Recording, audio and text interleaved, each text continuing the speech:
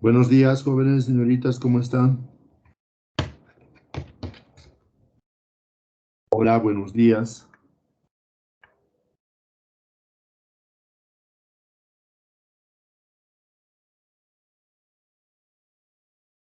Hola.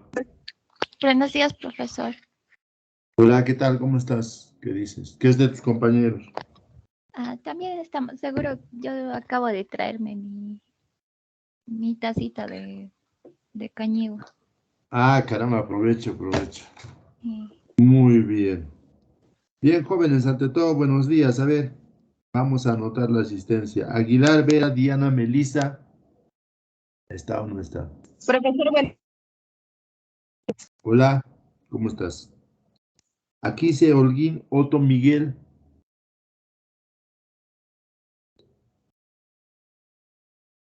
Bustos, Jurado, Ana Julia. profesor, buenos días, presente. Hola, ¿cómo estás? Carvajal, Zúñiga, Yolanda. Presente, profesor, buenos días. Hola, ¿cómo estás? Chaparro, Salas, María Cristina. Presente, profesor, buenos días. ¿Cómo estás? Chura, Torres, Ruth. presente, buenos días. Hola. Elías, Bosa, Melisa, Muriel.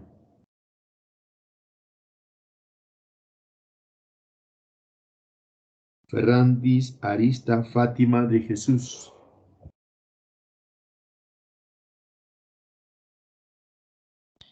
Guayani, Álvarez, Michael, Leonel. Presente, profesor, muy buenos días. Hola, ¿qué tal? Guayapuma, Calcina, Janet.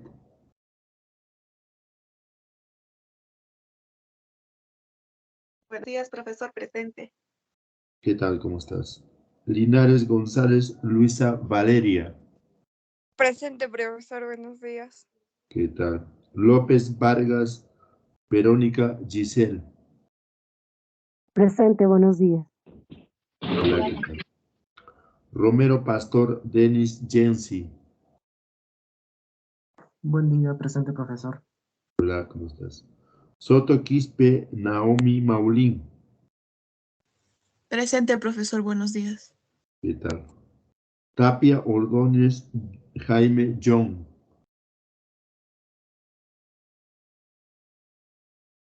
Bien.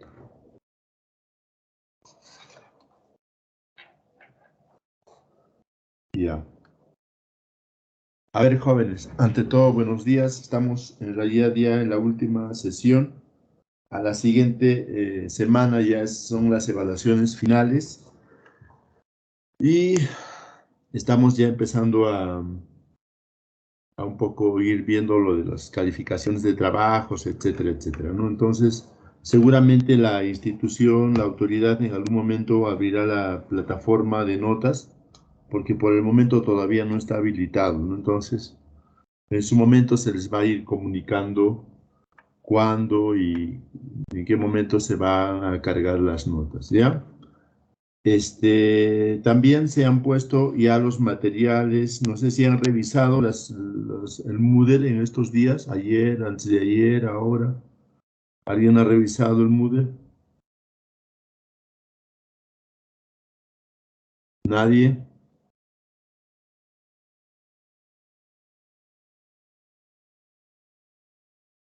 Les escucho.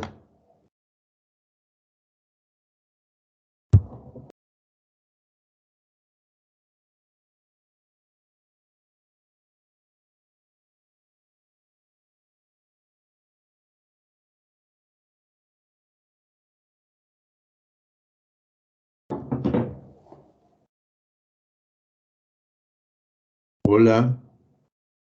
¿Están allí? ¿No están?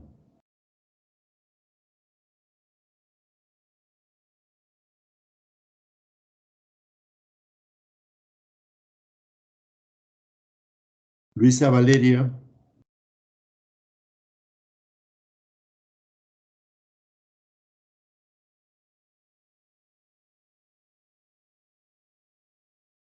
Yolanda.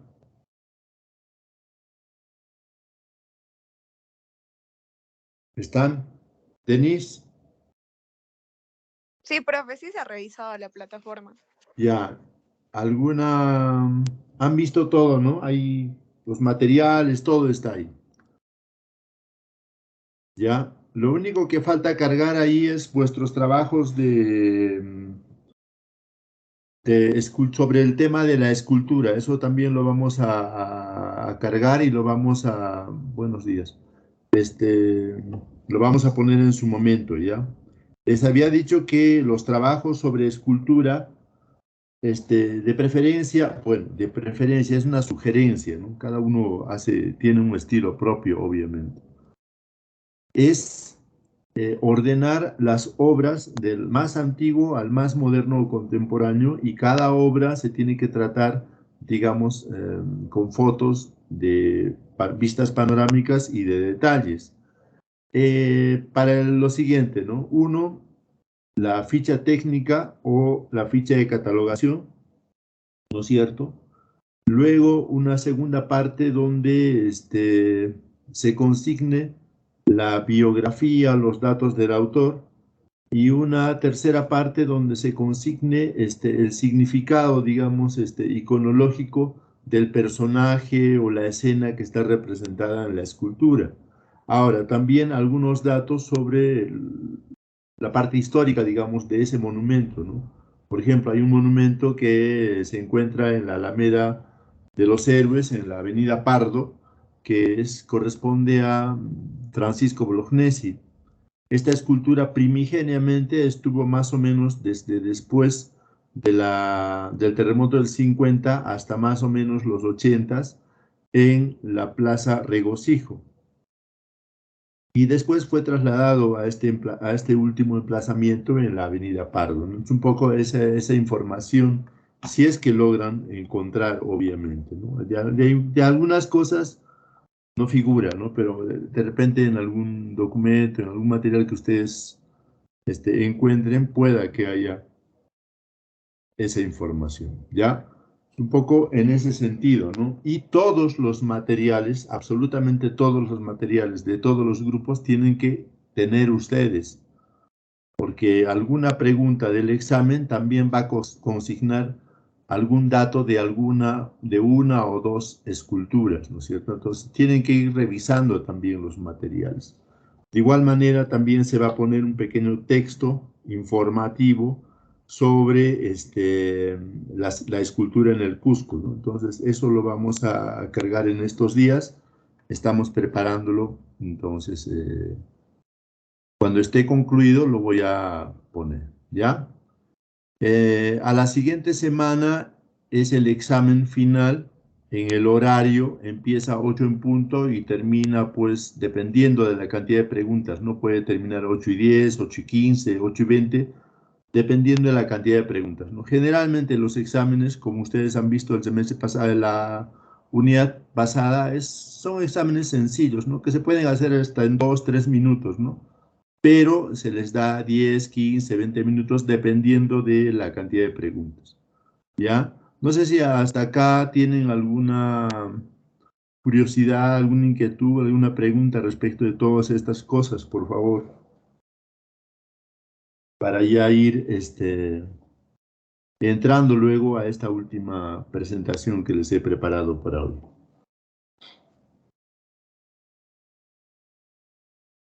¿Ninguna? Bien.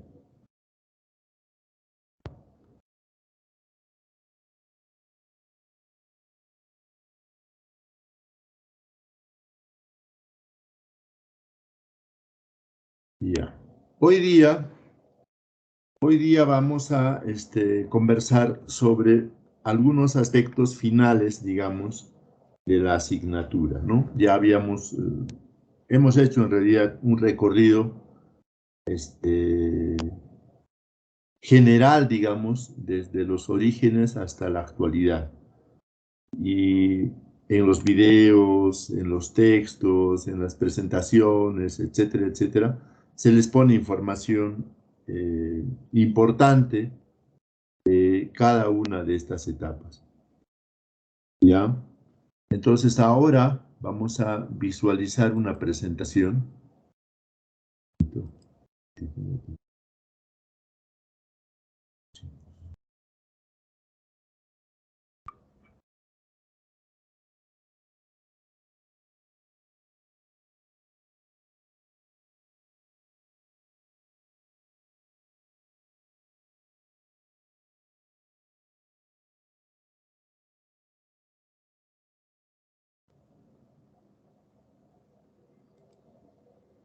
¿Logran ver la imagen?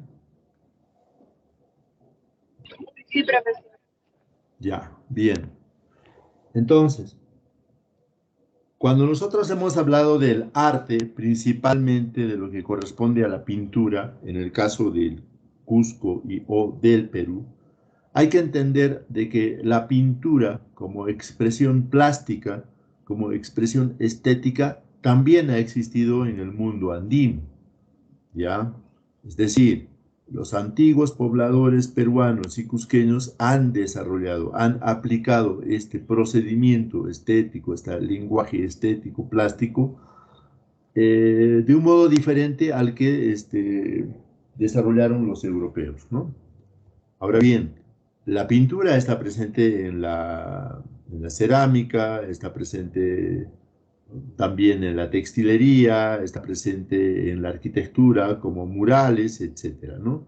En el caso del Cusco probablemente hayan existido murales pictóricos en los primeros tiempos, es decir, me estoy refiriendo a lo que es los primeros asentamientos de la ciudad del Cusco, Marcavalle. Probablemente digo porque, digamos, no hay un informe preciso de esto, ¿no? Pero sí en las fotografías que figuran en los archivos de las excavaciones que se han hecho en Marcavalle, hay relieves con formas de algunas deidades, digamos, andinas, que probablemente hayan sido cubiertas con pintura, más o menos al estilo de los restos encontrados en Lima, en Garagay, por ejemplo, ¿no? Donde los relieves estaban cubiertos con pigmentos, ¿no? de origen mineral. Entonces, hay una evidencia, digamos, de que la pintura se ha desarrollado desde los primeros tiempos en el Cusco. Y también, obviamente, esto se remata más cuando observamos el desarrollo de la cerámica o de la alfarería de los primeros pueblos, ¿no? Me estoy refiriendo a Cotacay, Iquique, Huaru, Lucre, Inca, etcétera, etcétera, que también han desarrollado, digamos, este procedimiento plástico, ¿no? Ahora, en el caso de la textilería, en realidad es escasa, digamos, la información, por cuanto por el medio, este, los restos no han llegado, digamos, como se hubiera querido, ¿no? Muchas de las obras textiles precolombinas, las mejores conservadas, son de origen o vienen o proceden de la zona de la costa, ¿no? Entre comillas. Es un poco para ir teniendo en cuenta eso. Lo que traen los españoles son, digamos, nuevos pigmentos, nuevos soportes y nuevos elementos iconográficos. ¿Ya? Eso sí, es, digamos, como una aportación, si así se le puede denominar, en el caso de la pintura, digamos, traída de Europa hacia el Cusco y el Perú, ¿no? Entonces, si consideramos la etapa histórica denominada de la República, es decir, a partir de 1821 en adelante, en el caso del Cusco el proceso es diferente, ¿no? Porque cuando se independiza Lima en 1821, el último resquicio, digamos, de los españoles fue el Cusco. Es decir, el virrey, cuando se toma Lima por los libertarios, el virrey se viene a Cusco y gobierna acá un tiempo. Entonces el Cusco no se independiza en la misma fecha, en el mismo periodo que Lima o el resto del Perú. Va a tomar unos años más o menos entre 5 a 10 años para que, digamos, se viva la misma efervescencia independentista en el caso del Cusco, ¿no? Ahora bien, si vamos a lo que implica o es la pintura, ¿no es cierto? El representante más imponente, digamos, de esta época vendría a ser este señor Tadeo Escalante, que es natural de Acomayo, ¿no? Y que ha estado activo más o menos entre 1802 a 1840, más o menos unos 38 años por ahí, ¿no? Ya. Entonces, este señor, obviamente, al igual que muchos de los pintores indígenas o mestizos, también habrá tenido una formación en algún taller, obviamente, para plantear, para manejar y desarrollar, digamos, el proceso creativo dentro de lo que implica este lenguaje, ¿no? Del muralismo y la pintura de caballete.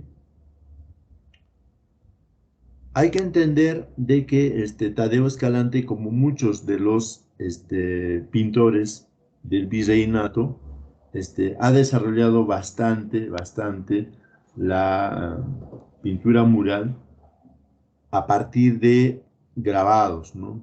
O a partir de copias de pinturas precedentes, de pinturas anteriores a su época, ¿no? Entonces, muchas de las pinturas que él ha desarrollado en el muralismo o hablan sobre las postrimerías del hombre, ¿no es cierto? Ese espacio entre cielo, purgatorio e infierno, o también algunas escenas o historias de la Biblia, ¿no? Como esta de el Arca de Noé, o también en algunos casos las representaciones geométricas y florales, ¿no es cierto? Y alusivas a la vida de algunas vírgenes, santos, etcétera, principalmente aquellas desarrolladas como en Santa Catalina, en Guaro, en los molinos de su propiedad allá en Acomayo, etcétera, etcétera, ¿no? Lo que sí más bien se desconoce o se sabe muy poco es que Tadeo Escalante también desarrolló pintura de caballete, ¿no? En algunas casas en Acomayo y acá en Cusco de algunos residentes acomayinos muy tradicionales de esa zona, tienen y conservan pinturas que ellos atribuyen a Tadeo Escalante, ¿no? Generalmente Cristos crucificados, es lo que he podido más observar en algunas viviendas. No he podido tomar fotos porque no te permiten, ¿no? Algunos. Entonces, un poco vamos a tener en los primeros años de la República todavía la preexistencia, la continuidad del arte virreinal eminentemente catequizador, eminentemente adoctrinador, ¿no es cierto? Principalmente de los indios, ¿no? Entre comillas, para ese proceso que ha de seguir y continúa todavía hasta nuestros días de catequización, de adoctrinamiento, ¿no? En alguna sesión anterior yo les decía, ¿no? Si bien es cierto, política, económicamente nos hemos independizado de España, ¿no es cierto? Todavía continúa la colonia, ¿no es cierto?, en la parte religiosa, digamos, ideológica religiosa, que creo que también habría que un poco en algún momento contemplar, ¿no? Bien.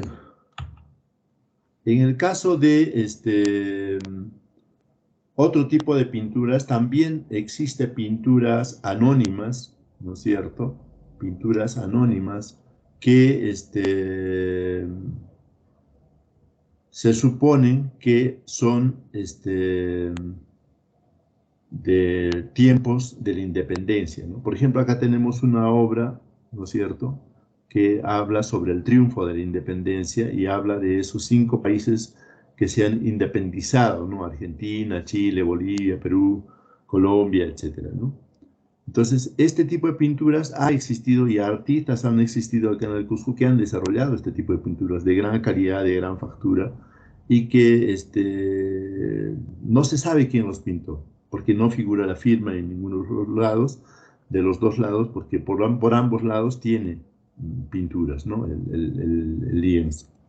Ahora, estas pinturas están abandonadas, están olvidadas, las instituciones de cultura, las universidades no dicen nada y bueno, están ahí para ustedes, ¿no? Los restauradores.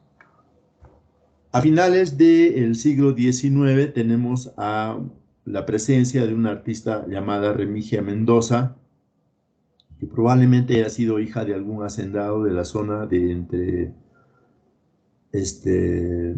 Huambutío hacia Urcos, más o menos, ¿no? Por ahí esa zona, ¿no? Porque esta pintura, que es el paisaje del río Vilcanota, más o menos da a entender eso, ¿no? O que haya tenido algún acercamiento por esa zona.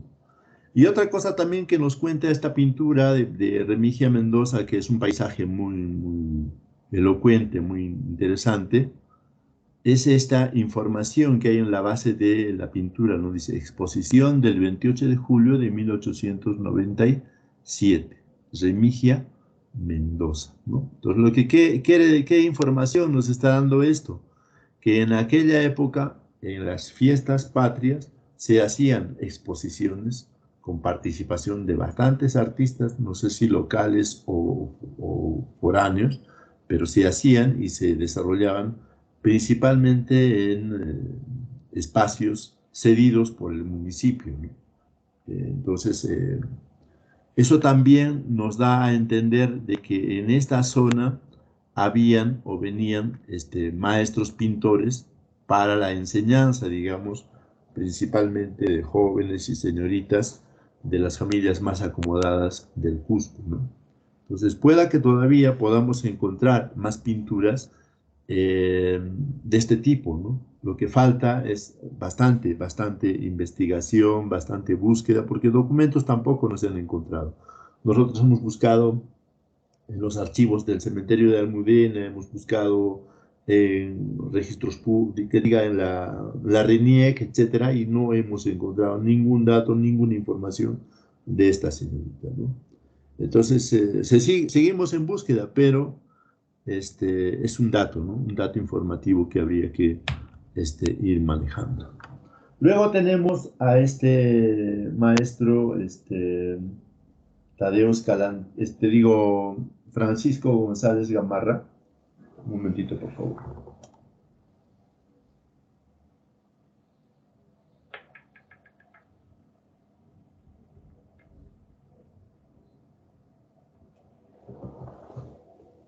Francisco González Gamarra ha sido un artista en realidad multifacético que desarrollaba pintura, dibujo, escultura, música, escribía, etcétera, etcétera, y que se ha desarrollado, digamos, en el Cusco, en Lima y en Nueva York, ¿no? Es decir, muchas de sus obras están, digamos, en el Cusco, en el municipio, en la Casa Garcilaso, en el Museo del Banco de la Nación en Lima, y también en poder de los descendientes de esta familia, ¿no? Él ha recibido el premio de la Orden del Sol y también ha sido en un tiempo director de la Escuela Nacional de Bellas Artes, ¿no? Su pintura generalmente de corte historicista va a narrar algunos episodios de la fundación de Lima o algunos paisajes de nuestra tierra o algunos eventos, por ejemplo, como la vida del Inca Garcilaso de la Vega, y esta representación muy característica, muy conocida por todos nosotros, que es el retrato del Inca Garcilaso de la Vega. Ahora, otro artista importante también es Francisco Ernesto Olazo Olivera. Hay un asunto con este señor. Este es el hijo del escultor que hizo el Cristo Blanco, que se encuentra allí por Sacsayhuamán, ¿no? Ernesto Olazo era su padre, él era escultor, y Francisco, que era pintor, dibujante. Francisco Olazo, un poco como que ha sido, ¿cómo se puede decir? Cuestionado, digamos, por este señor Ángel Avendaño, que es un escritor famoso del Cusco, que no digamos, no lo valora, digamos, como tal, ¿no? En su obra sobre pintura, lo minimiza, indicando de que era un tipo muy bohemio, que solamente se dedicaba a pintar mujeres y punto, ¿no? Digamos, mujeres desnudas, cosas así, ¿no? Y eso me parece que no es correcto, ¿no? Porque parece que este señor lo ha hecho sin tener la información debida, sin haberse documentado, sin haber investigado, indagado, etcétera, etcétera, ¿no?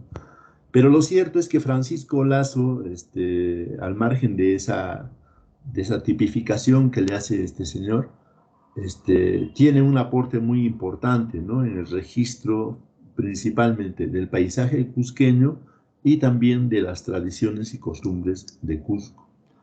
Pero el aporte más importante de Francisco Lazo es el haber hecho, digamos, un registro gráfico a través de dibujo de muchas de las piezas primigenias que se encontraban en el museo, actual Museo Inca, que antes era el Museo de la Universidad Nacional San Antonio Abad del Cusco, o se denominaba así, ¿no?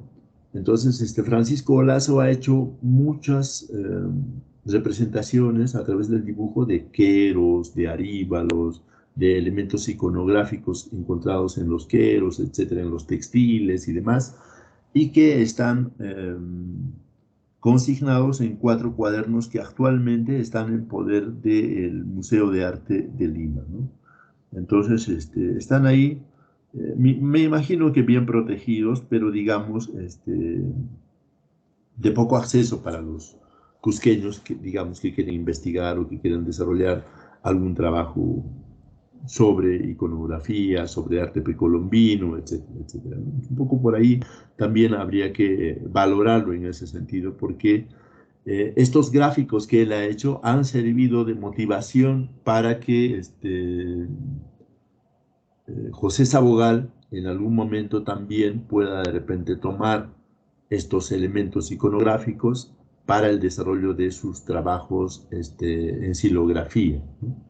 Y por ahí yo sospecho también de que algunos trabajos de Francisco Lazo han sido o han tenido alguna vinculación motivacional para el surgimiento de el indigenismo, ¿no? A partir de 1918 en adelante. Luego vamos a tener otro artista también muy representativo, que es Mariano Fuentes Lira. Sobre Mariano Fuentes Lira hay una controversia, ¿no? Sobre el año de su nacimiento. Algunos dicen 1904, 1905, 1911, 1915, etcétera, etcétera. Lo que ocurre es de que no hay, digamos, un común acuerdo, digamos, de este dato, ¿no? Porque parece que hay documentos en distintos lugares que consignan fechas diferentes. Pero bueno, el conflicto es, digamos, más documentario que artístico, plástico, ¿no? Ahora, Mariano Fuentes Lira, a partir de 1930 en adelante, empieza a tener sus principales y sus primeras producciones estéticas plásticas, ¿no? A través del dibujo, a través de la pintura, principalmente académica, es decir, el retrato, el dibujo, la pintura de la figura humana, ¿no es cierto?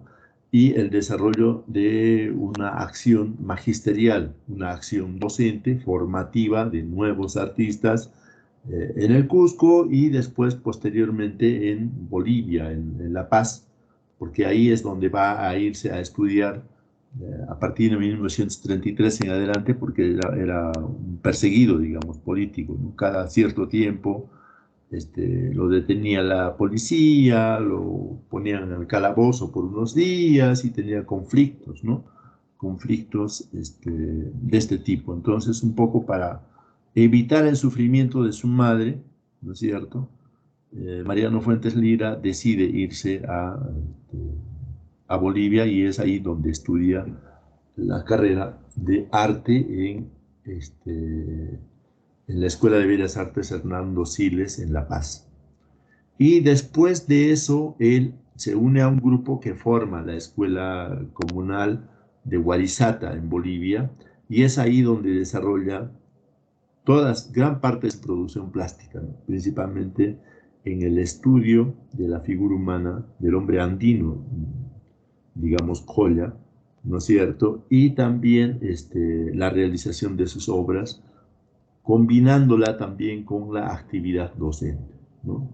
Mariano Fuentes Lira ha hecho pintura, dibujo, escultura, poesía y diversas otras expresiones plásticas, ¿no? Entonces, en su actividad académica docente también él ha desarrollado muchos eventos de exposiciones donde él pintaba y exponía con sus estudiantes, ¿no? Ya sea pintura o grabado. Alguna vez yo vi un cuadernillo que hizo Mariano Fuentes Lira, donde figuraban sus grabados y la de sus alumnos, ¿no? Cada año hacía eso. Lamentablemente muchos de esos cuadernillos no han llegado a nuestro tiempo o casi nadie los guarda, o si los hay, no los hemos podido encontrar más, ¿no? Por otro lado, también su aporte en proyectos murales y también en murales hechos en el Cusco, ¿no? Había un mural hasta hace poco, hasta el año 2003, 2004 más o menos, en la puerta de la compañía de bomberos que ha sido demolida para construir el nuevo local, ¿no? Y lamentablemente esta obra se ha perdido, ¿no? Se ha perdido ahí. Hubiera sido bueno que lo sepan conservar, ¿ya? Ahora, Mariano Fuentes Lira ha sido director de la Escuela Regional de Bellas Artes primero y después de la Escuela Superior Autónoma de Bellas Artes después, entre 1951 hasta 1986, ¿ya? Pero no quiere decir que haya sido el único director. Hay otros personajes también que han construido, han edificado la imagen y el prestigio de esta institución que ahora se llama Universidad Nacional de Arte Diego Quispe Tinto. Otro artista también importante es Juan Eusebio Bravo Vizcarra, ¿no? Juan Bravo desde muy niño tenía dotes para la pintura, para el dibujo, y sus padres lo van a poner con un maestro que vino del norte. No logré ubicar el nombre del maestro, pero sí, por voz misma del artista, me enteré que fue alumno, ¿no?, de uno de estos visitantes artistas a la ciudad del Cusco.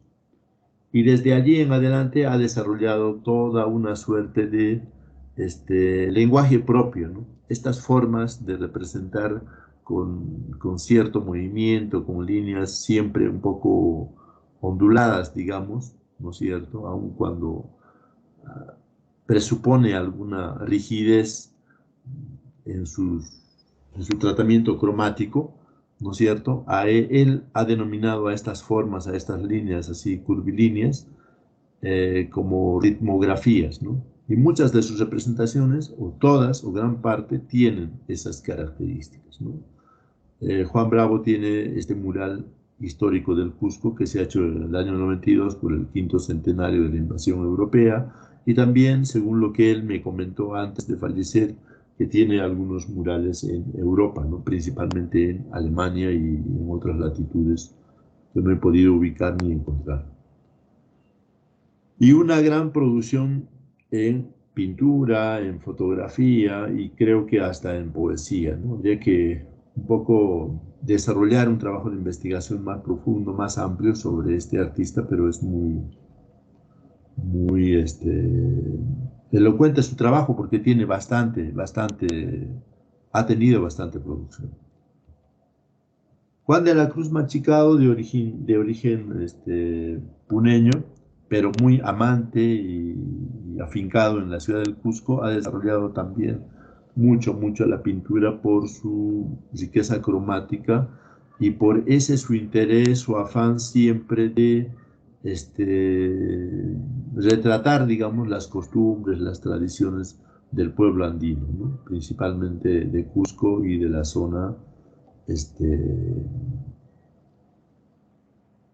del altiplano peruano. Alberto Quintanilla, que es cusqueño, que ha estudiado acá en la Escuela Regional de Bellas Artes y también en la Escuela Nacional de Bellas Artes del Perú, afincado en Francia y que visita temporalmente siempre Lima y Cusco, tiene una peculiar producción, ¿no? Él primigeniamente se ha desarrollado en lo que es pintura, grabado, etcétera, etcétera, y casi ya en las postrimerías de su producción plástica ha incursionado con fuerza en la escultura, ¿no? Siempre con esos personajes así surrealistas, ¿no? De dos caras, que un poco denotan ese movimiento, ¿no? El movimiento, digamos, de los cuerpos, ¿no? Y generalmente lo que él plantea de que estos seres, digamos, son parte de sus sueños, ¿no? De esas manifestaciones oníricas muy,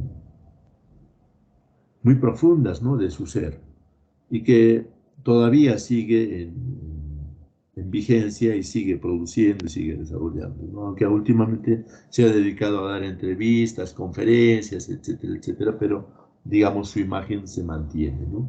Además que él es parte de la promoción denominada de la promoción de oro, porque toda su promoción en el año 56 obtienen la medalla de oro de la Escuela Nacional de Bellas Artes. Ahora, un pintor denominado psicodélico, Fernando Olivera Vegaso, que se le conoce como Tolo, tiene, por ejemplo, esta obra, ¿no? Que está al final, es un mural hecho en la época de Daniel Estrada Pérez y que representa, digamos, o es parte de una simbología allá en la parte final de lo que era la antigua ciudad del Cusco, denominada la Pacha de Pumachupa, ¿no? Y donde representa de manera simbólica, digamos, abstracta, geométrica, figurativa, un poco la filosofía del hombre andino, de la civilización inca, y la representación de esta deidad que es el puma, ¿no? Que es, digamos, la conexión con la tierra, y, que tiene, digamos, un poder mítico muy especial, ¿no? Muchas obras pictóricas ha tenido Carlos Olivera, de este tipo, generalmente geométricas, abstractas, con colores muy intensos, por eso se denomina el artista psicodélico. Y también en alguna vez yo vi unas obras que reproducían algunos tocapus incas, ¿no? En el viejo café Extra, que se encontraba muy cerca de la Plaza de Armas, ¿no? Y en alguna vez también yo le vi participar en este festival Arcoíris, organizado por este grupo o este centro que se llamaba Ucucus y que hasta ahora todavía existe, ¿no? Y que en estos días, en diciembre, también ha vuelto a desarrollar otra vez este festival Arcoíris, ¿no? Y ahí en una de esas exhibiciones lo vi hacer sus pinturas y algunas performances en el local original, ¿no? de Lujú. Adolfo Sardón Abarca, en cambio, es también un docente que todavía, un ex docente de nuestra institución que todavía sigue en producción y que tiene como mérito, digamos, el representar escenas costumbristas, ¿no es cierto?, de nuestro mundo cusqueño propio, pero con una particularidad, el utilizar pigmentos naturales de tierras de colores para la realización de sus pinturas, ¿no? Por eso ese cromatismo muy especial, ¿no? En sus representaciones. Luego tenemos a Antonio Huilca Hualpa. Antonio Huilca Hualpa es un pintor indígena natural de Queromarca, distrito de Tinta, provincia de Canchis, ¿no? Él ha estudiado también casi contemporáneo con Adolfo Sardón, acá en la Escuela Regional de Bellas Artes, y ha terminado, digamos, con méritos su formación académica en nuestra institución, ¿no? Y él practica la escultura, la pintura, el dibujo, un poco del grabado, y últimamente, en sus últimos años, se ha dedicado a escribir tratados, como por ejemplo del el lenguaje de los incas, ¿no? Un poco la interpretación de los significados que encerraban los tocapos, ¿no? Pero su pintura básicamente va a ser, digamos, más vivencial, ¿no? Es decir, va a narrar, contar escenas de su propia vida, ¿no? un poco a su estilo, obviamente, pero va a tener una narrativa más, digamos, costumbrista, o de pintura de género, ¿no? La característica más bien de él es de que sus trabajos, como este, por ejemplo, que vemos en el lado izquierdo superior, ¿no es cierto?, van a tener cierta forma muy peculiar de, no sé si llamarlo de perspectiva, ¿no?, sino de planteamiento de los planos para que ninguno pueda tapar a los planos posteriores y se pueda ver, ¿no?, como en el caso de esta pintura que habla sobre el hospital, que titula La salud no tiene vergüenza, ¿no? O esta otra donde habla sobre la visita de Mariano Fuentes Lira a la institución educativa donde él se educaba de niño, ¿no? Ahora, hay un caso importante de Antonio Wilca Hualpa, así, digamos, similar a Picasso, que tuvo varios periodos. Este señor, Antonio Wilca Hualpa, indica de que ha atravesado por 7 periodos distintos, ¿no? Su primer periodo era con tierras naturales, entre el 52 y el 62. Su segundo periodo impresionista, entre el 63 y el 67. El tercer periodo, periodo de los rojos, ¿no es cierto?, entre el 68 y el 70, donde principalmente desarrolla pinturas dedicadas a la rebelión de Tupac Amaru. El cuarto periodo, que se denomina de los gigantes andinos, ¿no es cierto?, un poco como del 70 al 71, donde narra, digamos, escenas más mitológicas, digamos, del mundo andino. El quinto periodo de transparencias, un poco el juego que se pueden hacer con algunas veladuras, ¿no es cierto?, que es también del 71 al 72. El sexto periodo, el superrealismo social entre el 73 y el 74, en cierta medida vinculado a la época de Velasco, ¿no?, a la época de Velasco, donde la imagen de Tupac Amaru, los enfrentamientos entre los grupos migrantes del campo a la ciudad se daban con la policía y los hacendados por la toma de tierras para conseguir un espacio donde vivir, ¿no?, que se conoce como las invasiones, digamos, ¿no?, en ese sentido. Y esas luchas, esos enfrentamientos van a hacerle desarrollar obras surrealistas, digamos, pero de corte social, ¿no? Y su último periodo, denominado del arte andino universal, que va desde el 74 hasta la actualidad. Luego tenemos a César Gavancho, que fue un ex docente, también actualmente vive todavía, y ha desarrollado muchas obras, ¿no?, en el sentido, digamos, abstracto y figurativo, en muchos, en algunos casos como el que estamos viendo en la pantalla, y en otros casos también de modo narrativo sobre escenas cotidianas de la vida del hombre andino, ¿no? Y también él ha desarrollado murales, pintura mural, como por ejemplo estas pinturas que se encuentran en el Coliseo Cerrado del Cusco, alrededor, y también este mural que se encuentra en el Palacio de Justicia, ¿no?, junto a otros docentes y estudiantes de nuestra institución. Actualmente está, digamos, en un asilo de ancianos. Sería conveniente, ¿no?, que de repente se le pueda visitar, podamos tener esas iniciativas desde un espacio más personal para ver y velar por su salud, su cuidado, etcétera, etcétera, ¿no?, porque es un artista muy, muy representativo del Cusco. El maestro Edwin Chávez Farfán, también artista diverso, porque él hace pintura, escultura, cerámica, instalaciones,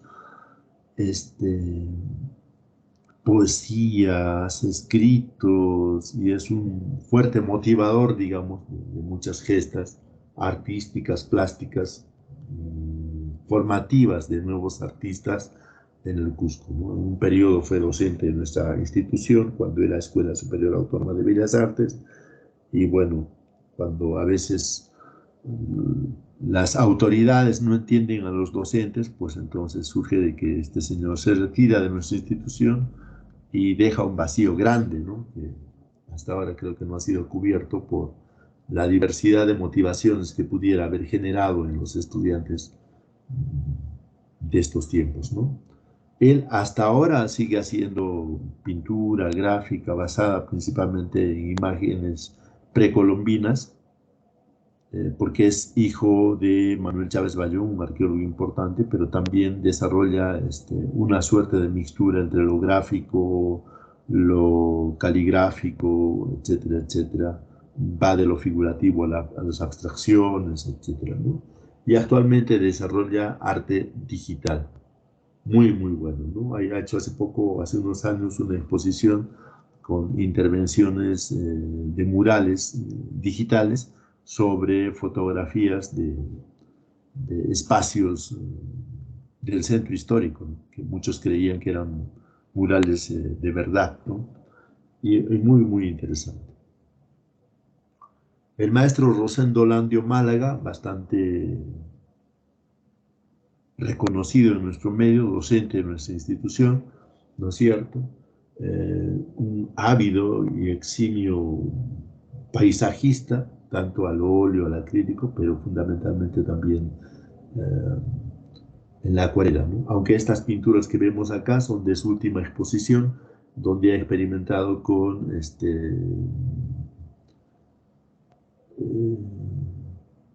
pigmentos, digamos, de origen vegetal, ¿no? Como la alfalfa, como el quio, como la zanahoria, etcétera, etcétera.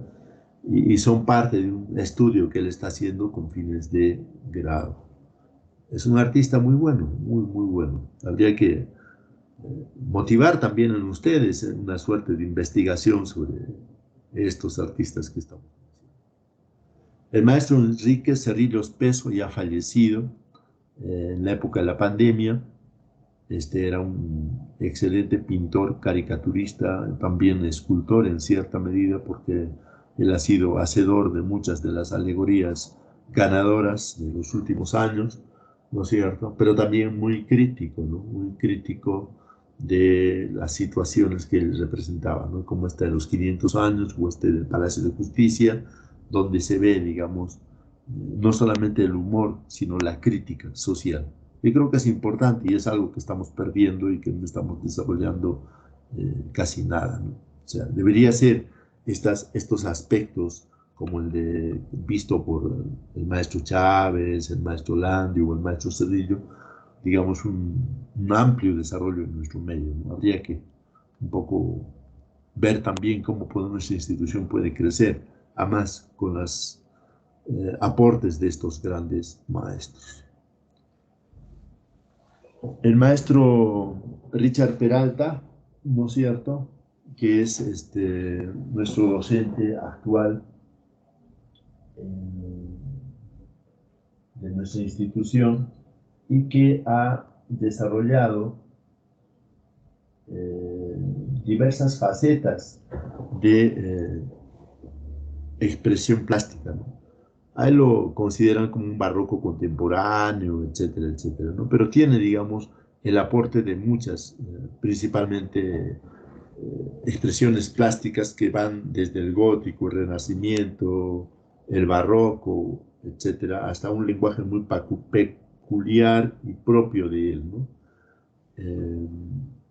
Con estas imágenes que vemos de ángeles tomados, digamos, de la realidad, ¿no? Con niños andinos, con alas de guacamayo, con peces muy peculiares, muy característicos. Entonces, él va a desarrollar una suerte también de obras, digamos, de tipo más apocalíptico, ¿no? Como las que él representa cuando hace sus alegorías, ¿no? Es un tipo también que hace performance, que hace objetos artísticos, que hace instalaciones, etcétera. Un tipo muy, muy diverso y creo que también es importante y valioso considerarlo para, no solamente como parte de la historia del arte, sino para conocerlo y para tomar como punto de motivación para los futuros artistas, ¿no? El maestro César Aguilar Peña, de origen apurimeño, muy crítico, muy mordaz, digamos, en el sentido de, de decir las cosas de manera gráfica, como las que estamos viendo, ¿no?, en la pantalla. Ahora, él también desarrolla unas publicaciones denominadas Chilico.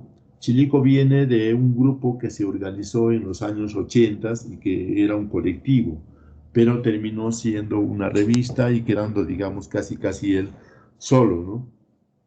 Los otros integrantes, como Luciano Lazábal, Fritz Villasante, David Chachaima, etcétera, etcétera, cada uno, digamos, ha desarrollado su espacio personal en distintas áreas, ¿no? Algunos trabajan en ONGs o desarrollan gráfica por su cuenta, ¿no? Y el que ha mantenido, digamos, el lenguaje primigenio de este grupo ha sido César Aguilar, que, bueno, al final se ha quedado con el nombre, ¿no? Y muchos lo conocen más como Chinico y casi no como César Aguilar. Actualmente es docente de nuestra institución. Ahora, en el caso de una institución, ¿no es cierto?, una institución que ha existido en la época del velazquismo, ha sido esta de Sinamus, ¿no? Sinamus se entiende como Sistema Nacional de Apoyo a la Movilización Social, ¿no? Y en esta un poco se usa la imagen de Tupac Amaru, que, digamos, la usan para desarrollar algunas actividades gráficas de difusión un poco de la doctrina, de la idea que, digamos, Velasco quería impregnar en las regiones, ¿no? En el caso de Cusco, por ejemplo, se trabaja con César Gavancho, Pablo Carreño, Abel Jiménez, Fernando Olivera, Hernán Delgado, Julio Villalobos, distintos artistas, ¿no?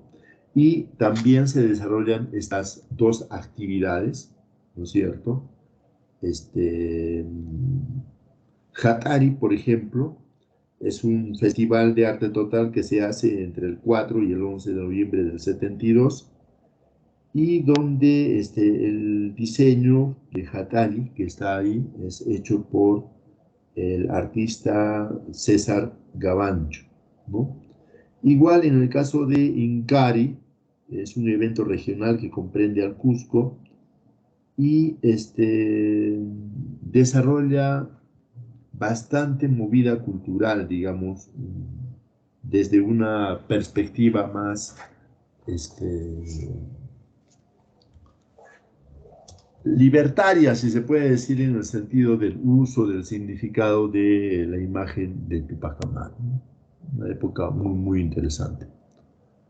Luego tenemos nuestra institución, ¿no? Nuestra institución, primigeniamente se llamó Escuela Regional de Bellas Artes, que fue más o menos hasta los 80s, y desde los 80s en adelante hasta el año 2017-18 se va a llamar Escuela Superior Autónoma de Bellas Artes de Oquispetito del Cusco, y a partir de la dación de las leyes últimas, primero se va a llamar Universidad Nacional de Oquispetito y finalmente, hasta hace poco, Universidad Nacional de Arte de Oquispetito.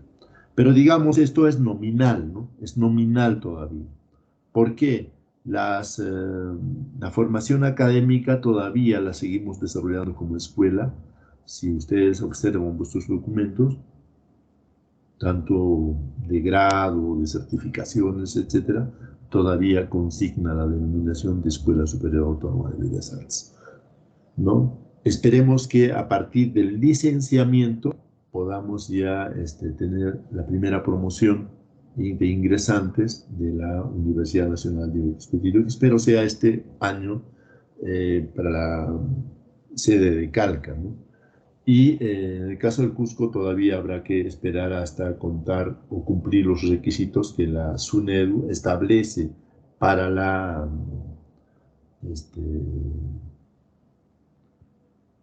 para el licenciamiento del espacio donde se va a desarrollar, ¿no? Ahora, nuestra institución ha formado muchos artistas gracias a el trabajo denodado principalmente de Mariano Fuentes Lira y de los otros directores, ¿no? Como Rojas, como Sardón, como Soto, Carlos Aguilar, etcétera, etcétera, que digamos han propulsado mucho de lo que abre la institución. Y creo que también es importante revalorar el trabajo de los docentes de las primeras épocas, porque digamos ellos han sido los que han ayudado a construir esta imagen que actualmente tenemos y que creo tiene la posibilidad de crecer mucho más para, digamos, convertirse con justa razón en esto que está pretendiendo ser, ¿no? La Universidad Nacional de Arte de Uquispetito, y que esperemos pues tenga su licenciamiento lo más antes posible, no solo en la sede de Calca, sino en Cusco y en Checacupe. ¿Ya? Muy bien. Hasta aquí sería todos los materiales que estamos o hemos desarrollado dentro de la asignatura. Esto obviamente se va a seguir desarrollando, vamos a seguir indagando, vamos a seguir buscando y enriqueciendo, digamos, estos materiales que hemos ido haciendo a lo largo de este semestre y de todos los años en que estamos trabajando, digamos, lo que es la historia del arte en el Cusco y el Perú principalmente. No sé si tengan algún comentario o alguna inquietud final, yo les escucho. Melissa, te escucho. Sí, profesor, buenos días. Mi pregunta va Hola. referente, bueno, nos ha ilustrado acerca de varios artistas cusqueños importantes.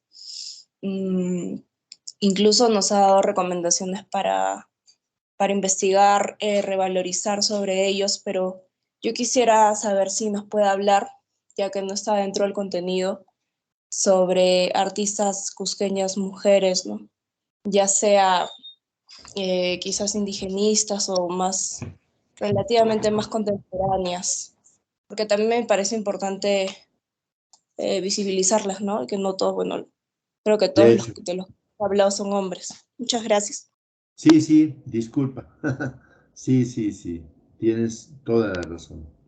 Creo que una de las artistas, una de las exponentes más importantes del Cusco, vendría a ser Grisa Camargo, que es docente actual de nuestra institución y que ha ganado la Bienal de Cusco y que tiene trabajos muy interesantes a través de la utilización del barro como materia prima, como soporte, como pigmento, como un elemento importante para la expresión no solamente de formas, sino de ideas y de significados que creo que es importante en este caso revalorar. Yo siempre que hablo con Grisa le digo, y sí lo he dicho muchas veces, de que es la artista, la mejor artista peruana de los últimos tiempos, ¿no? Y creo que eso es así. Grisa Camargo también ha desarrollado muralismo. Si ustedes han visto alguna vez el mural que está en el municipio de Huancha, en la parte superior, eso lo han hecho con este señor Napoleón Rojas, ¿no? Más o menos en la década de los 80. Otra artista también importante es la profesora Jacqueline Rodríguez, que también es docente de nuestra institución, que se aboca principalmente a la representación de flora y fauna local con una idea más conservacionista, digamos, de la ecología, ¿no? Y con un gran dominio técnico. Ella es también una de las artistas importantes, creo, de nuestro medio, que habría que también ir considerando. Ahora, en el caso de otras artistas mujeres, ¿no es cierto?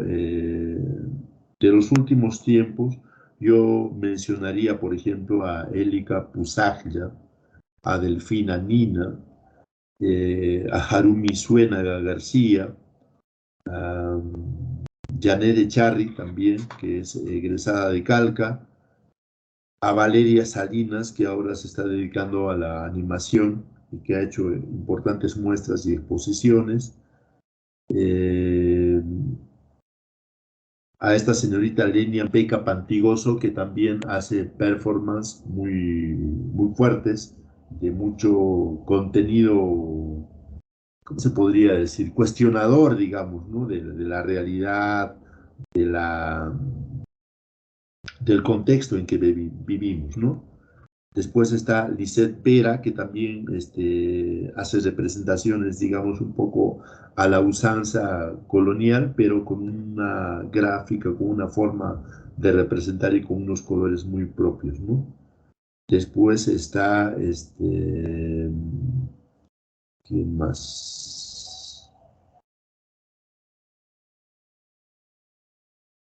A ver, qué chicas. Creo que son ellas las que actualmente te podría mencionar.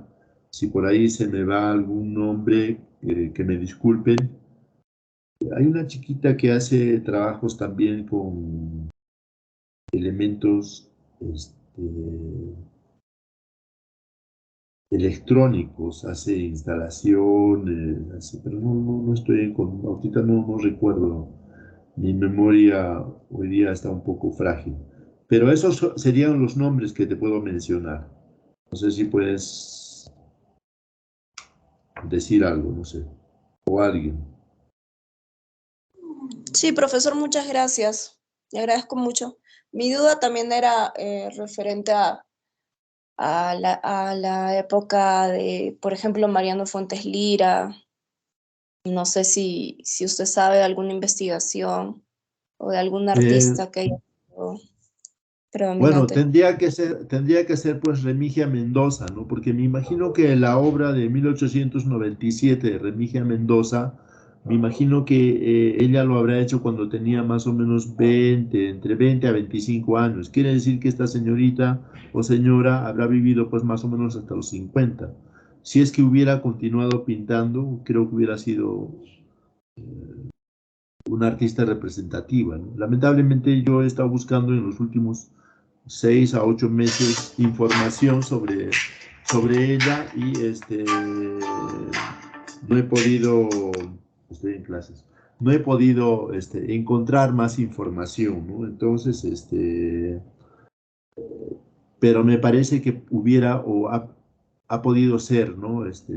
Importante. Ahora, una, un personaje también de la época de los primeros años de la Escuela Regional de Bellas Artes, es decir, más o menos del año 46 al 49, vendría a ser pues la hija de este profesor Benavente, eh, la profesora Genara Benavente, ¿no? Que ha sido como desde muy niña una alumna de nuestra institución y que ha estudiado varias carreras en nuestra institución, ¿no?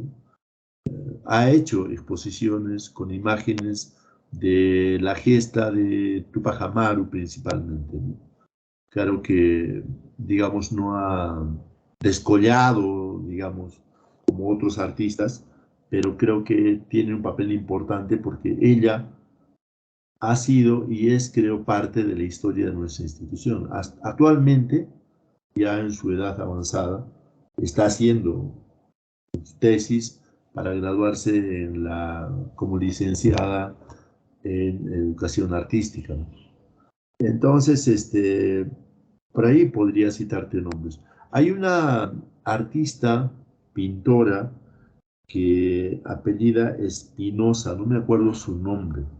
Vivía por la calle Arcopunco. Yo he visto algunas pinturas de ella y grabado, pero como muchas artistas mujeres dejan de lado el oficio o la profesión de artistas cuando se desarrollan como esposas y madres de familia, ¿no?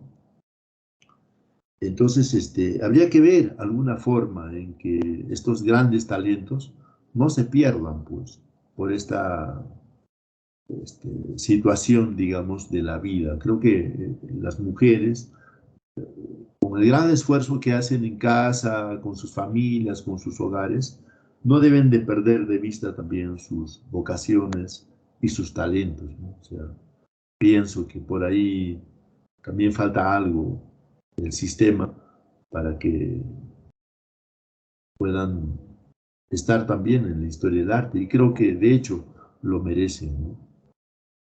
¿Algo más? No, profe, muchísimas gracias. Perfecto. ¿Alguien quiere hablar algo más, decir, preguntar, opinar? Estoy buscando el nombre de esa señorita que te digo y hasta ahora no lo encuentro. Berenice se llama. Berenice, ya me acordé. Ella también trabaja bastante, digamos,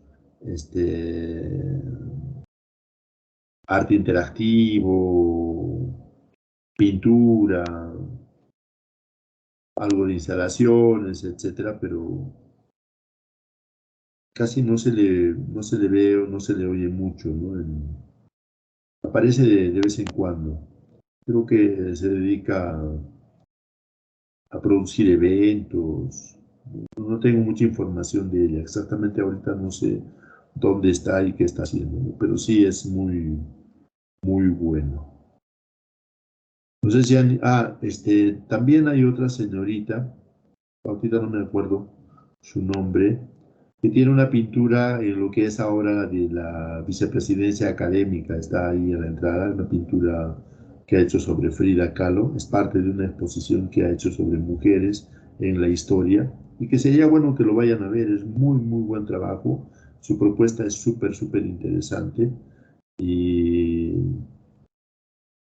y bueno, un poco que se ha desencantado, digamos, del arte, porque a veces no es fácil vivir del arte, ¿no? Pero sí tiene mucho talento. Lo que he sabido es de que está haciendo estudios de crítica, de historia del arte, está haciendo maestrías, doctorados. Y bueno, por ahí de repente se nos aparece, ¿no? En algún tiempo como docente, no sé qué aspiraciones tendrá. ¿Algún otro comentario, chicos, chicas?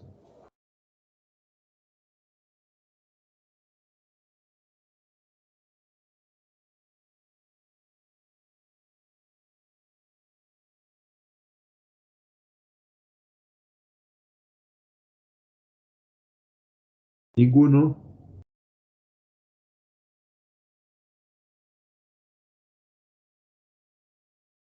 Bien, entonces, hasta aquí sería nuestra asignatura. Por favor, revisen los materiales de las últimas sesiones. Yo voy a tratar de poner el escrito sobre escultura entre hoy y mañana, y espero también ya ir poniendo vuestros materiales sobre el trabajo de escultura que están haciendo, ¿no? Porque todo eso va a entrar o va a ser parte del examen, ¿ya? El examen va a ser el próximo lunes a las 8. Entren con tiempo y hagan en el tiempo establecido el examen, ¿correcto? Eso sería todo por este semestre. Espero que les haya gustado la asignatura. Me hubiera gustado dar más, pero bueno, este problema de la virtualidad me limita en mucho, ¿no? Espero que les haya gustado y que la información que he dejado en la plataforma lo lean, lo conozcan y puedan tener una visión, por lo menos panorámica, de lo que fue o es la historia del arte cusqueño. Gracias, chicos, chicas, y mucha suerte.